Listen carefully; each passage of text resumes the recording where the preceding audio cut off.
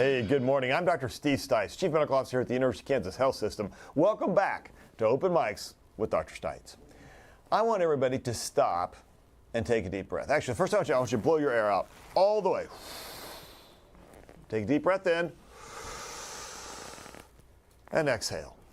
With that breath and every breath we take, sounds like a song. It's not, but oxygen rushes into our lungs where it enters our bloodstream. That's how we get oxygen into our blood and into our body.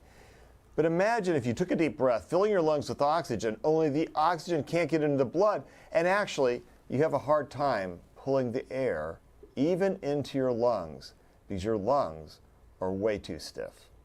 That is the reality for people who live with interstitial lung disease, or I.L.D. This is a group of diseases where inflammation or scar tissue, or both, block the all-important place where the exchange of gases occur in the lung and make the lungs too stiff to breathe well. Today, we're hearing what it's like to live with the most common I.L.D. interstitial lung disease called IPF. We'll show you what's happening inside the lungs of somebody with interstitial or idiopathic pulmonary fibrosis, IPF, a type of interstitial lung disease. It's deadly, it's incurable.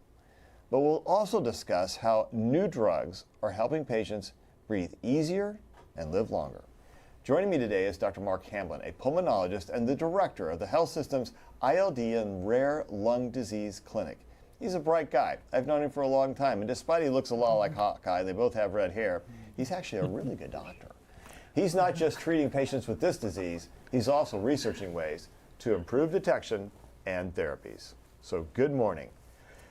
In a few minutes, we'll be talking to one of his patients, Madonna Mergenmeyer, who will share her experience with us. Donna, thank you for being on our program. Good morning. Thank you. So before we get to that part of the conversation, we're going to start with a quick anatomy lesson. Inside your lungs, you have these itty-bitty little air sacs. Imagine little itty-bitty balloons at the end of a very long tube, which is an airway, and those little air sacs are called alveoli. They're the end point of the respiratory system where oxygen enters the bloodstream and carbon dioxide leaves. And it's because that little net thing that kind of looks like it's around those little bubbles, and each of those bubbles is an alveoli. What that really is a network of arteries and veins that are helping bring the blood without oxygen back to the lung and then take it away when it has oxygen. Gases move between those alveoli and the capillaries in order for the oxygen and carbon dioxide to exchange. But with IPF, or interstitial lung disease, scar tissue grows between the alveoli and the capillaries. That's demonstrated with this illustration. See that extra layer that's on there? That scar tissue makes it harder to exchange gases. It also makes your lungs stiffer, and it makes it harder to breathe. And more scarring means less and less oxygen in the bloodstream.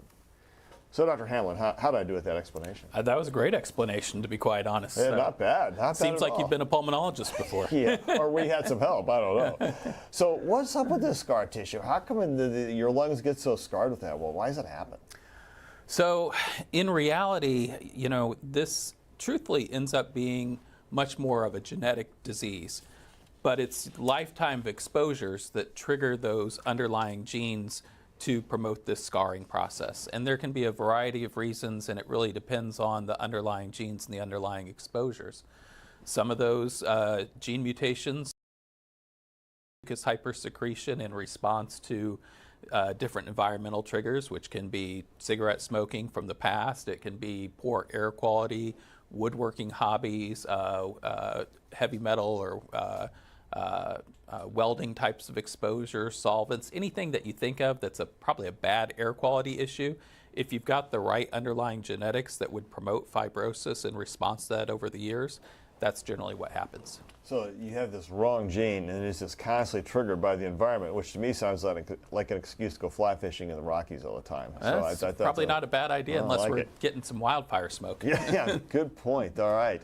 So the I of IPF stands for idiopathic. We're very fancy in medicine. We like to push that onto things. It makes it sound very smart, like we really do know what's going on. In fact, we actually don't. Do we have any clue as what the genetic defect is or what that underlying process is that's causing this? Well, we're learning a lot more about it. It turns out that there's probably about 150 different genes that can promote it. There are some that are major genetic mutations that tend to cause it for the majority of the population, but there are definitely some rare ones that we're still learning and discovering. So, You know, that's like in cystic fibrosis. There's 2,000 genes that cause the disease, and then you have to try and develop drug therapy or some way to modify that or to help the proteins work better. So IPF is pretty deadly, though. You brought a graph showing that it's deadlier than many cancers. that is true. And in fact, it kills about 40,000 people a year, which is the same as breast cancer. And yet we've all heard about people who get diagnosed with pulmonary fibrosis have never heard of it until they do get diagnosed. So it's also progressive, and it gets worse over time. What does that progression look like? Talk to us about that. So it's something where this graphic actually gives a pretty good timeline for what we can see. And so in the beginning stages of the disease, there are these micro injuries that are happening, and the fibrosis is beginning to take shape and beginning to take hold. And yet most people at that point in time are asymptomatic. As the disease continues to progress, and basically you get more of what we call fibroblasts, which are the scar cells that are moving into the lungs and replacing the healthy lung tissue, people start to notice that they're maybe getting a little bit winded doing routine things. You know, if they went down to the lake, you know, walking back up the stairs to their lake house, or, you know, walking in the neighborhood.